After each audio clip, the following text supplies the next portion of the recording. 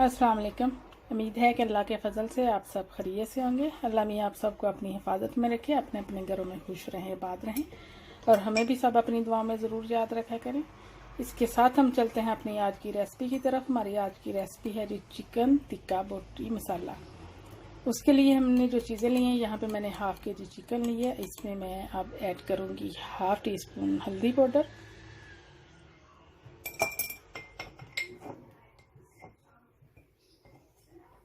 Half table spoon कुटा हुआ धनिया पाउडर, हाफ टेबल स्पून कुटा हुआ ज़ीरा पाउडर,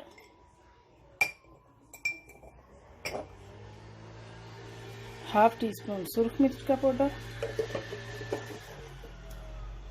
और हाफ टी स्पून ही जाएगा इसमें कुटी हुई सुरख जो मिर्च होती है वो।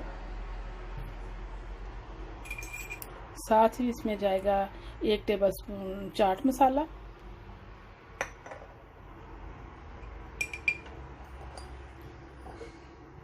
एक टीस्पून इसमें जाएगा गरम मसाला। स्पाइसेस आप अपने टेस्ट के हिसाब से कम या ज़्यादा कर सकते हैं। जितना स्पाइसेस आप पसंद करते हैं आप उतना स्पाइसेस कर लें। हाफ टेबल स्पून इसमें जाएगा नमक। साथ ही इसमें जाएगा जी ये है प्याज का पानी 3 से 4 टेबल स्पून। साथ ही जब इसमें मैं ऐड करूंगी 3 से 4 टेबल स्पून लहसुन अदरक की पेस्ट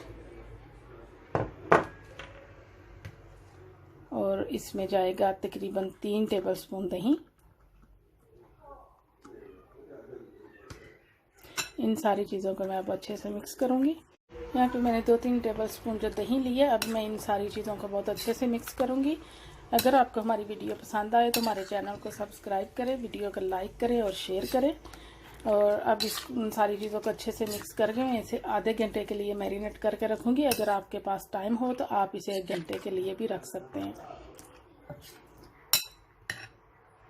अब इसमें साथ ही मैं थोड़ा सा फूड कलर जो है ना वो शामिल करूँगी।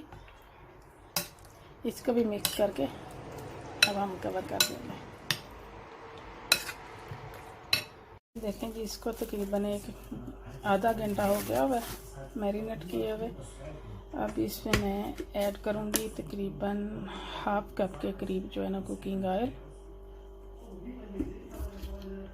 और इसको अच्छे से मिक्स।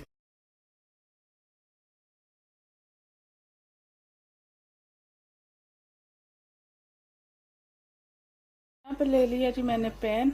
अब ये जो मैरिनेट किया हुआ चिकन है इसमें मैं ऐड करूँगी।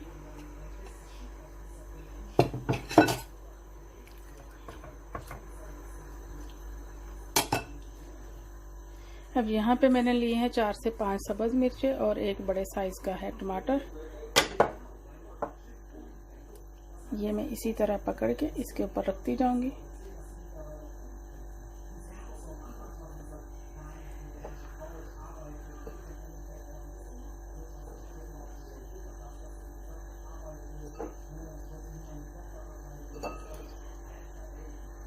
अब जी इसे कवर करके मीडियम टू लो आंच में मैं इसे तकरीबन 10 से 15 मिनट के लिए पकाऊंगी।